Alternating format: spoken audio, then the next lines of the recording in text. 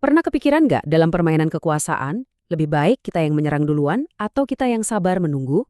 Nah, hari ini kita akan bongkar salah satu strategi paling cerdas dari 48 Hukum Kekuasaan karya Robert Greene. Hukum nomor 8, sebuah cara untuk membuat lawan Anda menari mengikuti irama yang Anda mainkan.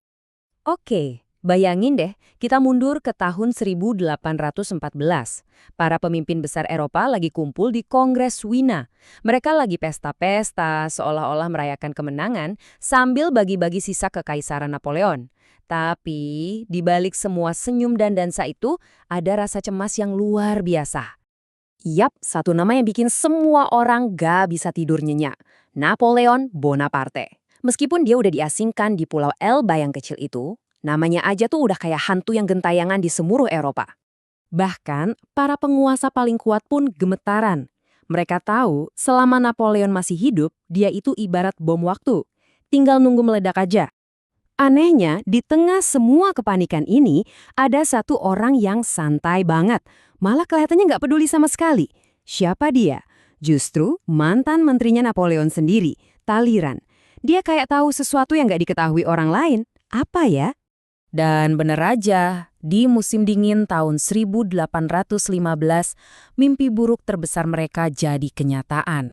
Entah gimana caranya, Napoleon berhasil lolos dari penjagaan ketat Angkatan Laut Inggris, mendarat di Prancis, dan mulai berjalan kaki ke Paris. Dan yang lebih gila lagi, pasukan yang dikirim buat nangkep dia, malah berbalik arah dan gabung sama barisannya. Selama 100 hari, 100 hari, Napoleon jadi kaisar lagi. Tapi euforianya nggak lama. Prancis udah lelah, udah bangkrut, dan petualangan terakhirnya ini harus berakhir tragis di Waterloo. Kalau dilihat sekilas, ini kayak kisah heroik seorang jenius militer yang nekat kan? Tapi gimana kalau gue bilang, kembalinya Napoleon itu bukan murni idenya sendiri?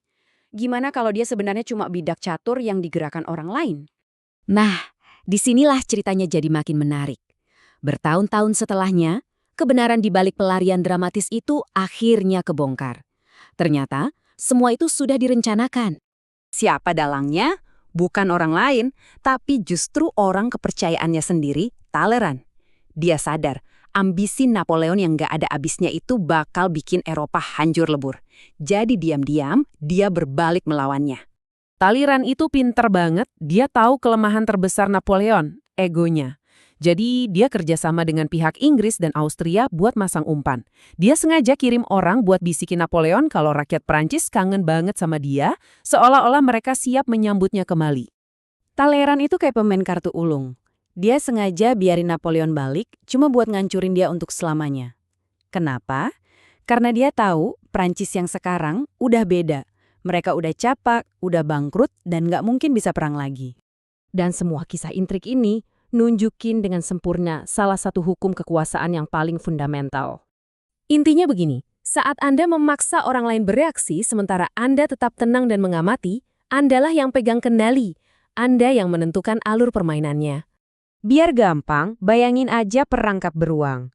Pemburu yang cerdas itu nggak bakal buang-buang tenaga ngejar beruang ke dalam hutan. Enggak, dia cukup taruh madu di perangkap, sembunyi, dan tunggu beruangnya datang sendiri.